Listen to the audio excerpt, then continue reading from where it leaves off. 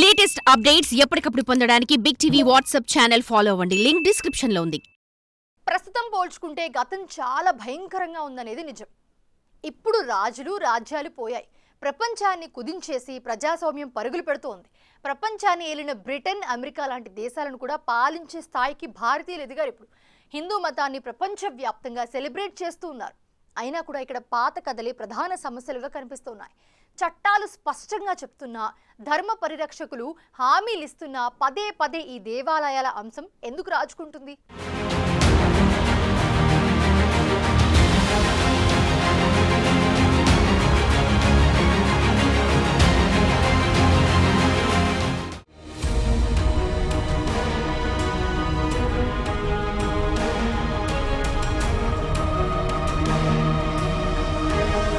ఉత్తరప్రదేశ్లోని అయోధ్యలో బాబ్రీ మసీదున్న స్థలంలో రామమందిరాన్ని నిర్మించిన తర్వాత కాశీ, మధురలోని మరో 2 ఆలయాలను శాంతియుతంగా విముక్తి చేయాలని శ్రీరామ జన్మభూమి తీర్థక్షేత్ర కోశాధికారి గోవింద్ దేవ్ గిరి మహారాజ్తో పాటు చాలా మంది హిందూవాదులన్నారు.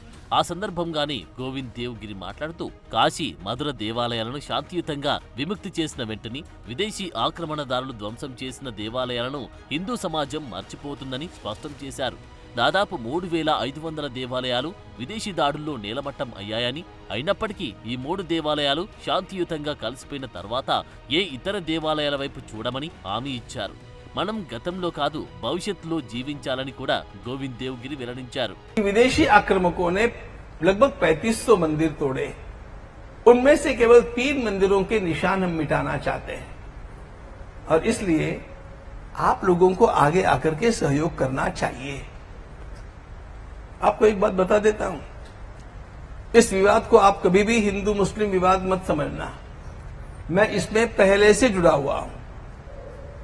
मूल बात यह है, आक्रमकों के द्वारा जो अपमान किया गया, उस अपमान के चिन्हों को नष्ट करना, इतनी ये बात है. आक्रमक अलग बात है और इसलिए आक्रमण के इन सारे निशानों को नष्ट करने के लिए केवल 3 मंदिर मांगे. मैंने पहले ही बतला दिया कि 3 मंदिर मुक्त होने पर हम अन्य मंदिरों की ओर ध्यान देने की इच्छा भी नहीं करते हैं, क्योंकि हम लोगों को भविष्यकाल में जीना है, भूतकाल में नहीं जीना है. देश का भविष्य अच्छा होना चाहिए. इसलिए यदि समझदारी के साथ ये 3 मंदिर प्रेम से हम लोगों को मिल जाते हैं, हम सारी अन्य बातें भूल जाएंगे.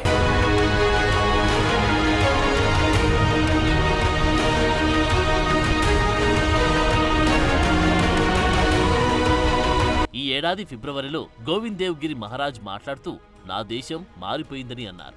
గతమంతా మర్చిపోతామని కూడా అన్నారు. కాశీ, మధురలోని దేవాలయాలను హిందువులకు అప్పగించాలని కూడా ఆయన ముస్లిం సమాజాన్ని కోరారు. వారణాసిలోని జ్ఞాన్వాపి మసీదుకు సంబంధించిన సర్వే నివేదికలో పురాతన హిందూ దేవాలయ అవశేషాలపై మసీదు నిర్మించారని భారత పురావస్తు శాఖ రిపోర్ట్ ఇచ్చిన కొన్ని రోజుల తర్వాత ఆయన ఈ ప్రకటన చేశారు. అయితే ఇటీవల లోక్సభ ఎన్నికల నుండి దీనికి విరుద్ధంగా బీజేపీ నేతల వ్యాఖ్యలు చేస్తున్నారు. ఉత్తరప్రదేశ్ ముఖ్యమంత్రి యోగి ఆదిత్యనాథ్ అయితే దాదాపు అన్ని వేదికలపై దేవాలయాల పునఃస్థాపన నినాదాన్ని ఎత్తుకుంటున్నారు. ఇటీవలి మహారాష్ట్ర, జార్ఖండ్ ఎన్నికల సందర్భంలోనే ఇదే అంశాన్ని లేవనెత్తారు. ఈ క్రమంలోనే ఉత్తరప్రదేశ్లోని సంభల్లో షాహీ జామా మసీదు విషయంలో స్థానిక కోర్టు సర్వేకు అనుమతించింది. ఇది అక్కడ మత వివాదానికి దారితీసింది.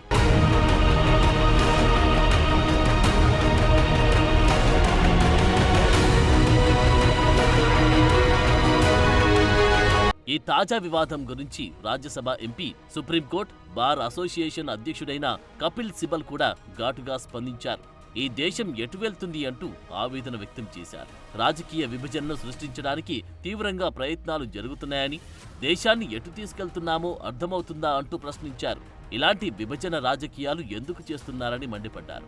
నిజానికి ఇలాంటి ప్రశ్నలు సామాన్యుల నుండి మేధావుల వరకు చాలా మంది మెదడును తొలచేస్తున్న ప్రశ్నలే. అందులోనూ అజ్మీర్ దర్గాను భారతదేశ మొదటి ప్రధాని జవహర్లాల్ నెహ్రూ నుండి ఇప్పటి ప్రధాని నరేంద్ర మోదీ వరకు అందరూ గౌరవించేవారే.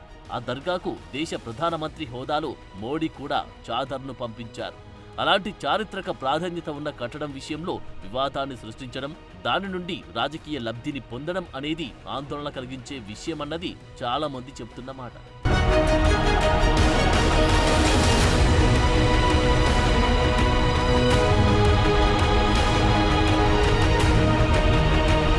పేరుతో అయితే ఈ దర్గా ఉందో, ఈ మొయినుద్దీన్ చిస్తీ 13వ శతాబ్దానికి చెందిన సూఫీ సన్యాసి తత్వవేత్త. మొయినుద్దీన్ మరణించిన తర్వాత ఆయన్ను గొప్ప సాధువుగా అందరూ పరిగణించారు. మొయిన్ అలీద్దీన్ దర్గాను 1236 మార్చిలో నిర్మించారు. ఇది తర్వాత శతాబ్దంలో అత్యంత గౌరవనీయమైన ప్రదేశంగా మారింది. అప్పటి నుండి అన్ని సామాజిక వర్గాలు దీన్ని గౌరవిస్తూ వచ్చాయి. ఈ సమాధిని ఈ యుగంలోని అత్యంత ముఖ్యమైన సున్నీ పాలకుల గౌరవంగా చూస్తున్నారు. మొఘల్ చక్రవర్తి అక్బర్ తన పాలనా కాలంలో 14 సార్లు ఈ దర్గాను సందర్శించినట్లు చరిత్ర చెబుతోంది. 1966లో తన హిందూ భార్య మరియం ఉజ్జమానితో కలిసి వారికి బిడ్డలు పుట్టాలనే ఆశతో చెప్పులు లేకుండా ఈ సమాధికి తీర్థయాత్ర చేసినట్లు తెలుస్తోంది.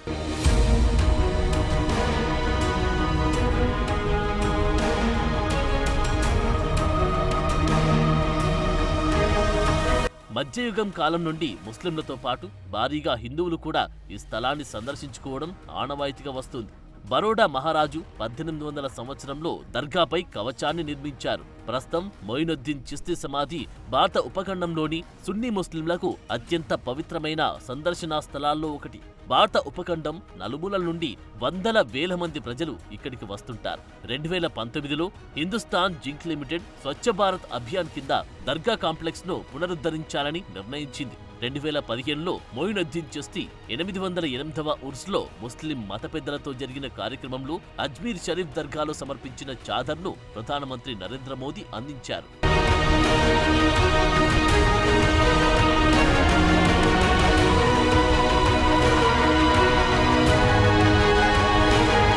ఎంతో చరిత్ర ఉన్న ఈ దర్గా పలు వివాదాలకు కూడా కేంద్రంగా ఉంది. 1992 అజ్మీర్ రేప్ కేసు నుండి 2007లో టిఫిన్ క్యారియర్ బాంబు ఘటన వరకు ఈ ప్రదేశం పాపులర్ అయింది. రంజాన్ మాసంలో ఉపవాస ప్రార్థనల తర్వాత జనాలు గుమికూడిన ప్రదేశంలో బాంబు పేలింది. ఈ పేలుడులో 7 చనిపోగా 17 మందికి తీవ్ర గాయాలయ్యాయి. ప్రత్యేక న్యాయమూర్తి దినేష్ గుప్తా 149 మంది సాక్షుల వాంగ్మూలాలు, 451 పత్రాల ఆధారంగా దాదాపు 500 పేజీల తీర్పును సమర్పించారు. జాతీయ దర్యాప్తు సంస్థ ప్రత్యేక న్యాయస్థానం దీనికి రాష్ట్రీయ స్వయం సేవక్ సంఘ్ మాజీ ప్రచారకులు కారణమని తేల్చింది. నేరస్తులకు జీవిత ఖైదు విధించారు. అలాగే 5 జూలై 2022న మహమ్మద్కు వ్యతిరేకంగా చేసిన వ్యాఖ్యలకు సస్పెండ్ అయిన భారతీయ జనతా పార్టీ ప్రతినిధి నుపూర్ శర్మ తల నరికేయాలని చెప్పిన దర్గా సంరక్షకుడు సల్మాన్ చిస్తీని కూడా పోలీసులు అరెస్టు చేశారు.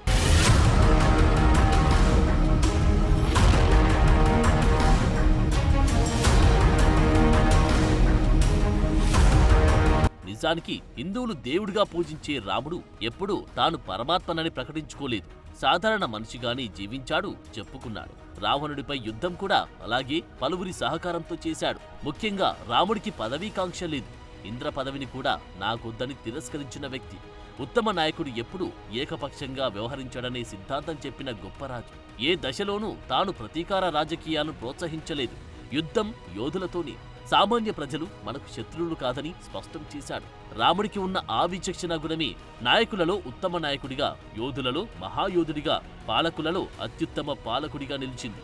అదే రామ సార్వభౌముడికి పట్టాభిషేకం చేసింది. ఇప్పుడున్న రాజకీయ నాయకుల్లో కావాల్సింది సరిగ్గా ఇలాంటి నాయకత్వమే. అప్పుడే ఇలాంటి విభజన రాజకీయాలకు ముగింపు వస్తుందనేది చాలా మంది అభిప్రాయం.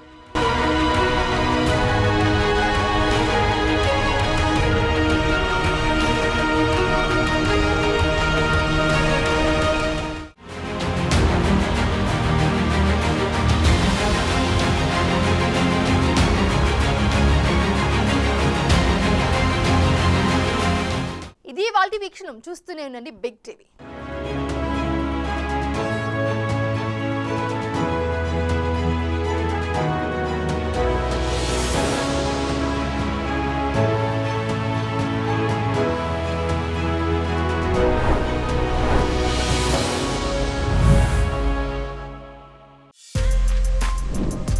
For more videos like this, subscribe Big TV channel.